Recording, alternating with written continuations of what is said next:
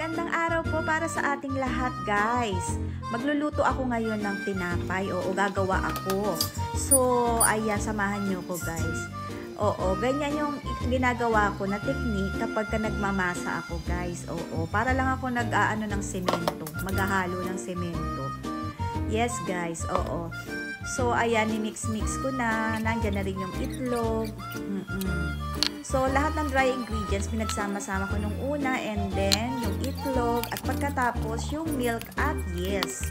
So, guys, oo, ayan, kahit malagkit siya, naging okay naman ang dough natin. So, ayan, wait natin siya ng 20 minutes para mag-double size. Or, hanggat hindi pa nagdo-double size, okay lang naman, guys. Ayan. So, ayan, double size na nga siya. Alisin ko lang yung hangin, guys. Oo. And then, yung last ingredients niya na butter. Oo, yung hindi siya masyadong matigas, guys. So, ayan, mix-mix na.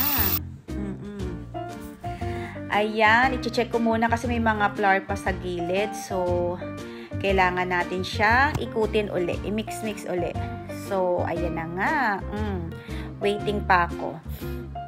Hanggat hindi pa nakikita talaga yung ganda ng dough, guys. Minsan 20 minutes i-mix mo siya.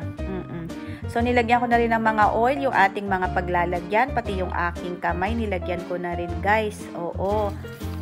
Hindi na ako naglalagay ng extra flour, guys, kasi nga ayaw ko tumigas yung ano natin, mga tinapay. So ano na lang, oil. Ayan, dinivide ko siya ng 2.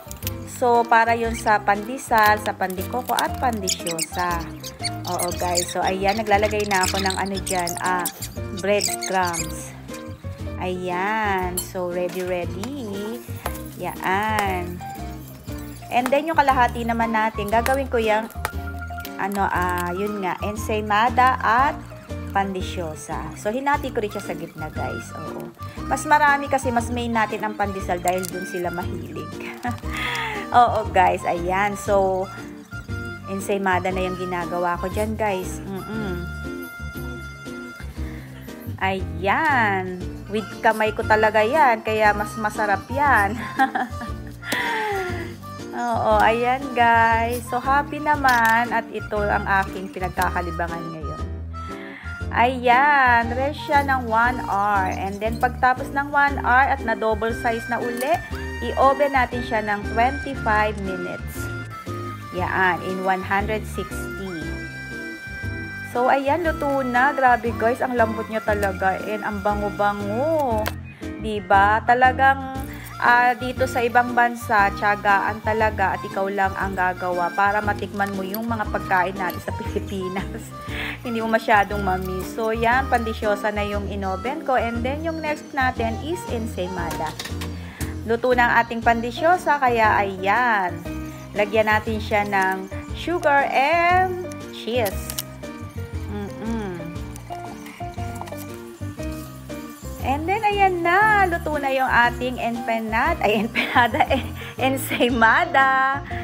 So, nilagyan ko na siya ng margarine, guys. Margarine ang masarap ilagay dyan. Tapos, dinip ko siya sa sugar. Pagkatapos niyan, guys, ma-dip natin sa sugar. Ang next niyan ay lalagyan natin ng cheese sa ibabaw. And then, sabay balot na.